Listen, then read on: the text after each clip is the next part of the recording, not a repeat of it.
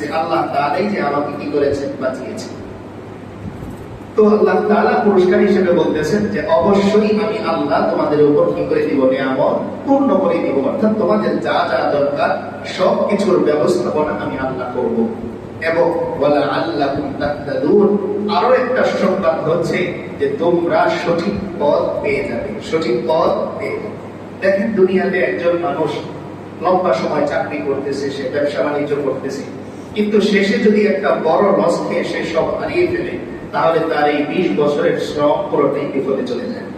তো ঠিক তেমনি একজন মুসলমানের জন্যেও সে সারা জীবন ইবাদত করলো, নেক আমল করলো, কিন্তু মৃত্যুর আগ মুহূর্তে সে লোভে পড়ে হোক, চাপে পড়ে হোক, একটা শিরক আল্লাহর সাথে করে ফেললো, এই মানুষটার জিন্দেগীর সব আমল কিন্তু নষ্ট হয়ে যায়। তো আল্লাহ তাআলা এখানে সাহাবায়ে কেরামদেরকে গ্যারান্টি দিচ্ছেন যে তোমরা যদি আমি আল্লাহকে ভয় করতে পারো, আমি গ্যারান্টি দিচ্ছি তোমরা ঈমান নিয়ে মৃত্যুবরণ করতে পারবে। আর যারা ঈমান নিয়ে মৃত্যুবরণ করতে পারবে তাদের কোনো ভয় নেই, তাদের ঠিকানা হবে কোথায়? জান্নাত। তাহলে মূলত এখানে দুইটা সুসংবাদ আল্লাহ দিলেন।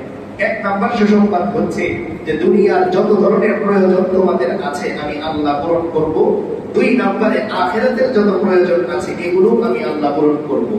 এই পুরস্কারটা কিসে? আল্লাহকে ভয় করা। তাহলে আল্লাহকে ভয় করার পুরস্কার আমরা কয়টা পেলাম? দুইটা। এক নাম্বার পুরস্কার আমার দুনিয়ার এই জিন্দেগিতে, হায়াতে যত জিনিসের দরকার আল্লাহ তাআলা দিবেন। আর দুই নম্বরে আখিরাতে আমার যা যা দরকার তাও আল্লাহ দিবেন। এখন একজন মানুষের দুনিয়ার আখিরাতের বাইরে আর কিছু নেই। তার মানে আমি যদি আল্লাহকে ভয় করতে পারি, ভয় করার মতো, তাহলে আমার দুনিয়া এবং আখিরাতে সমস্ত চিন্তার জিম্মাদারি কে নেবে? আল্লাহ তাআলা নিয়ে নেবে। এখন প্রশ্ন হচ্ছে, দেখেন কোরআন কত মজা, খেয়াল করে শুনলে কত মজা। আমরা একটু খেয়াল করে শুনি যে আমি আপনাকে কোন একটা প্রতিশ্রুতি দিলাম যে আগামীকাল আমি আপনাকে এই জিনিসটা দিব। আপনার মনের মধ্যে কিন্তু বিশ্বাসটা ততটা গভীর হবে না যদি আগে আমি কাউকে এমন কথা দিয়ে কথা রেখেছি এই জিনিসটা আপনার জানা না। যেমন হুজুর কথা বললেই কথা রাখে, এই জিনিসটা যখন আপনার মনের মধ্যে আছে, তখন আমি আপনাকে একটা জিনিস দেওয়ার প্রতিশ্রুতি দিলে আপনার দিলের মধ্যে ইতমিনান হবে যে অবশ্যই আমি পাবো।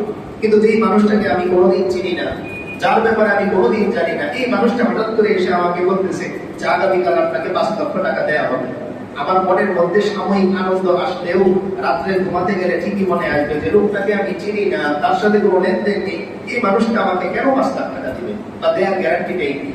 তো আল্লাহ তাআলা এখানে সাহাবায়ে কেরামকে সান্ত্বনা দিচ্ছে যে ও নবীর সাহাবীরা, তোমরা ঘাবড়িও না, আমি আল্লাহ যে নিয়ামত দেই এটার একটা উদাহরণ আমি তোমাদেরকে দিয়ে দিচ্ছি। সেই উদাহরণটা কি? আল্লাহ বলতেছেন কামা আরসালনা ফীকুম রাসূলাম মিনকুম।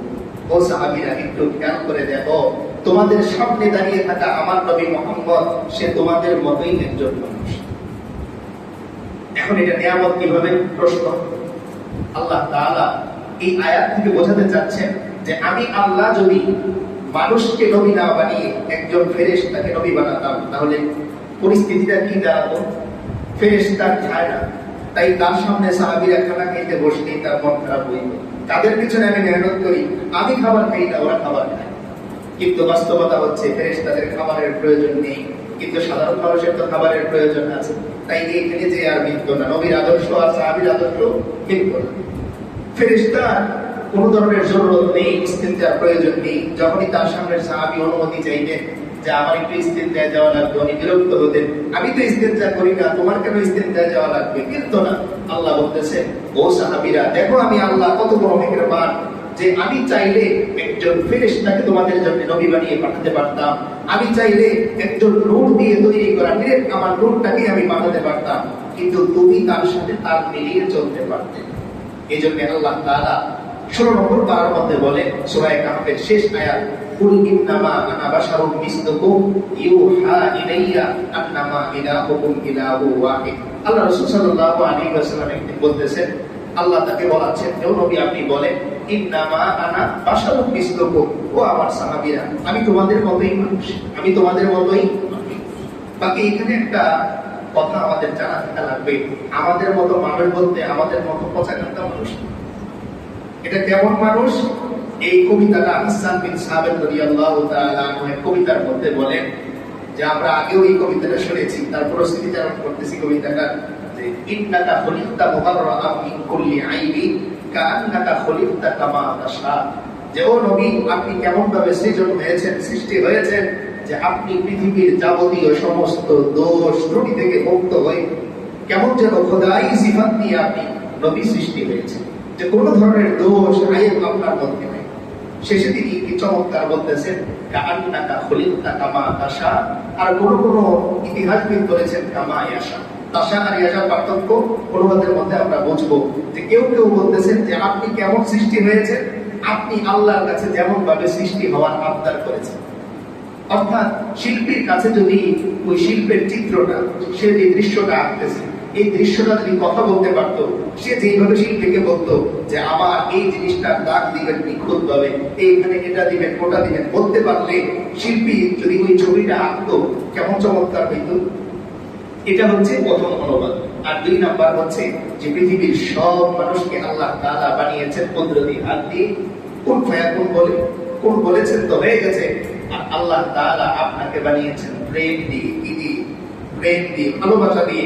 অর্থাৎ আল্লাহ তাআলা তার মধ্যে বান্দার প্রতি কি পরিমাণ প্রেম ভালোবাসা আছে, এইটা একটু ধারণা দেওয়ার জন্য তার নবী মুহাম্মদুর রাসূলুল্লাহ সাল্লাল্লাহু আলাইহি ওয়াসাল্লামকে পাঠিয়েছেন। আর এটা দুনিয়ার মানুষকে বোঝাতে চেয়েছেন, ও বান্দারা তোমরা কি বুঝতে চাও, জানতে চাও আমি আল্লাহ কি পরিমাণ তোমাকে ভালোবাসি? তাহলে যাও আমার নবীর দরবারে। তুমি মুসলিম হও, রাস্তা খোলা। অমুসলিম হও, রাস্তা খোলা। বৌদ্ধ হও, রাস্তা খোলা। খ্রিস্টান হও, রাস্তা খোলা। কোনদিন আল্লাহর রাসূল ইতিহাসে পাওয়া যায় না যে কোন অমুসলিমকে তিনি দাঁড়িয়ে দিয়েছেন। বরং এটা পাওয়া যায় যে ইহুদির ছেলে, ছোট্ট ছেলে অসুস্থ হয়েছে, আর আল্লাহ রাসূল সাল্লাল্লাহু আলাইহি ওয়াসাল্লাম ফলমূল নিয়ে তার বাড়িতে উপস্থিত। সেই ছেলের বাবা তিনি অবাক করেন, আল্লাহর রাসূল আমাদের বাসায়। তো ইতিহাস কি বলে, আল্লাহ রাসূল সাল্লাল্লাহু আলাইহি ওয়াসাল্লাম কোরআনে কারীমের মধ্যে আল্লাহ বলেন, ওয়া মা আরসালনাকা ইল্লা রাহমাতাল